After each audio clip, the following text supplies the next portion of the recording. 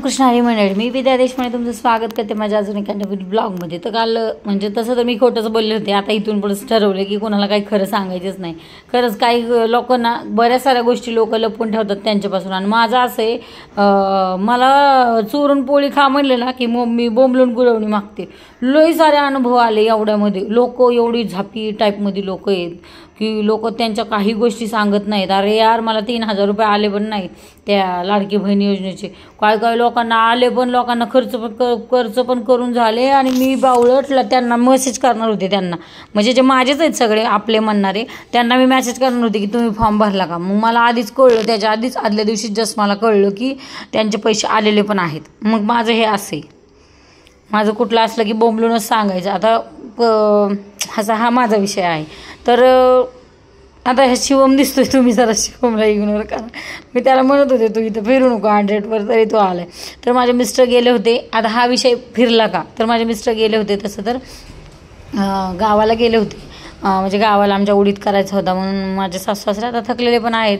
आणि मग ते गेले होते गावाला. तर गावाला गेल्याचं मी गोव्याला गेलं असं मागच्या व्हिडिओमध्ये सांगितलं होतं. का सांगायचं लोकांना? लोक आपल्याला खरं सांगत नाहीत, मग आपण तरी का सांगायचं? आणि व्हिडिओ बघणारे सगळे आपले जवळचेच तेच सगळे व्हिडिओ आवडीने पाहतात आणि काय चाललं हे बघण्यात त्यांना खूप इंटरेस्ट असतो. म्हणून मी सांगितलं होतं की ते गोव्याला गेले आहेत. ते गोव्याला गेले नव्हते, ते गावाला गेले होते. काय आता त्यांनी काय केलं मला इतकं माहीत नाही आहे, पण गावाला उडीद होता वाटतं करायला, म्हणून ते उडीद करायला गेले होते असं मला तरी त्यांनी सांगितलेलं होतं. मग येताना सासूबाईंनी भरपूर सारं काय काय दिलेलं आहे. मक्याची कणसं आणि भेंडी दिलेली आहे थोडीशी. आणि इतकं काय नाही आहे, म्हणजे जे काय आहे त्यातलं थोडंसं दिलं. हा समोर जो ठेवलेला तवा आहे माझ्याकडं, पांढरा शुभ्र तवा होता तो, म्हणजे काळा व्हावा चुलीवर म्हणून मी त्यांच्याकडे दिला होता, तो मला परत दिला. आणि मेन म्हणजे कांदे दिलेत, ते फार महत्त्वाचं काम केलं आहे. मकाचं कणसं, आळूची पानं, कोथिंबीर आणि हे कांदे दिलेले आहे. कांद्याचा फार आनंद झाला, कारण कांदे खूप महाग झालेले आहेत सध्याला. आणि त्यामुळं कांदे दिल्याचा मला प्रचंड आनंद झाला आहे. कारण 1 किलो कांद्यामध्ये जरा 7 ते 8 कांदे बसतात आणि लवकर संपून जातात. आणि लसूण पण सध्याला थोडासा महागच आहे. मग मी सगळं लसूण स्वच्छ करून घेतला आणि कांदा पण छान ह्याच्यामध्ये खालच्या खाली सगळं पसरून टाकलं आहे जेणेकरून खराब होऊ नये म्हणून. आणि हे झाल्याच्या नंतर मला हे सगळं पसारा तब्बल आवरायला 2 तास तरी गेले. भरपूर वेळ गेला ह्या कामामध्ये. पण चालते आता काय. मग संध्याकाळी जी आळूची पानं होती त्याच्यासाठी मी तयारी केली.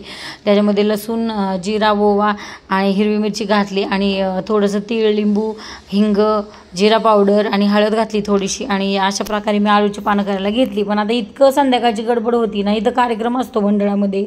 आणि दुसरं म्हणजे मग संध्याकाळी आरतीला जायचं, परत घरी यायचं, परत जेवण बनवायचं. मग इतका सारा मला इतका पुढचा व्हिडिओ काढता आला नाही. आणि आळूच्या वड्या मी तशा कधीच करत नाही. म्हणजे शिवमचे पप्पा एकदा मी खूप आवडीने केलं होतं, तर ते म्हटले की खाऊते म्हणून. त्यांनी खाल्ल्या नाहीत, मग मी पण नाही खाल्ल्या आणि त्या तशाच पडल्या. मग आता खूप वर्षांनी गावरान आहेत म्हणून केलेल्या आहेत. आणि त्यासोबत देवाला नैवेद्याला बाप्पाला मी रोज काहीतरी गोड एक आयटम बनवते.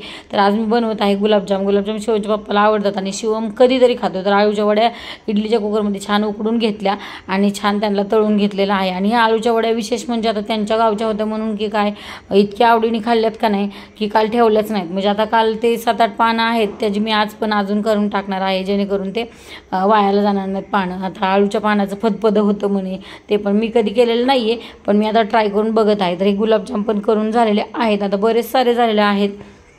गुलाबजाम पण संपून जातील. मी रोज डब्यामध्ये देते आणि असंही काही खायचं वेळ नाही आहे त्यांना वेगळं, त्याच्यामुळं होऊन जातं. म्हणजे गोड तर एकच आवडते ना आयटम, त्यामुळं माझ्याकडं घरात सारखंच गोड बनलेलं असतं. आणि आता माझे पण जरा गाल आलेले आहेत वरती, त्यावरून तर ते तुम्हाला दिसतच आहे. मग संध्याकाळी आरतीला गेलो. आता याच्यानंतर संगीत कुर्ती वगैरे काय बरंच काय झालं, पण मी याच्यामध्ये एडिट नाही करत आहे व्हिडिओ एडिट. आणि संध्याकाळची आरती झाल्याच्यानंतर आणि आज म्हणजे मेन म्हणजे माझे मिस्टर सापडले आरतीला आणि त्यांनी आरती केली. आणि त्यांना चांगली बुद्धी द्यावी आरतीला रोज यायची म्हणून मी त्यांनाच ते आरतीचा धूप देत आहे. आणि त्यानंतर आम्ही आलो घरी. आता आरती झाल्याच्यानंतर इथं प्रसाद वाटप झाला. प्रसादही दररोज वेगवेगळा आणि छान प्रसाद असतो. मग त्यानंतर आम्ही घरी आल्याच्यानंतर आम्ही तिघंही जेवलो. आणि शिवम काय सांगत होता ना ते माझ्या आत्ता लक्षात नाही आहे, पण शिवम काहीतरी सांगत होता, आता ते मात्र मी विसरून गेलेलं आहे. पण त्याला कुठंतरी जायचं आहे शिवमला आणि त्याच्यासाठी तो खूप हट्ट करतो आहे. पण आता बघूयात देव कशी कशी त्याला आणि आम्हाला बुद्धी देतो आहे त्यानुसार. तर असं होतं आमचं संध्याकाळचं जेवण. तुम्हाला व्हिडिओ आवडला असेल तर लाईक करा, शेअर करा आणि मेन म्हणजे सबस्क्राईब करायला विसरू नका. राम राम, जय संताजी.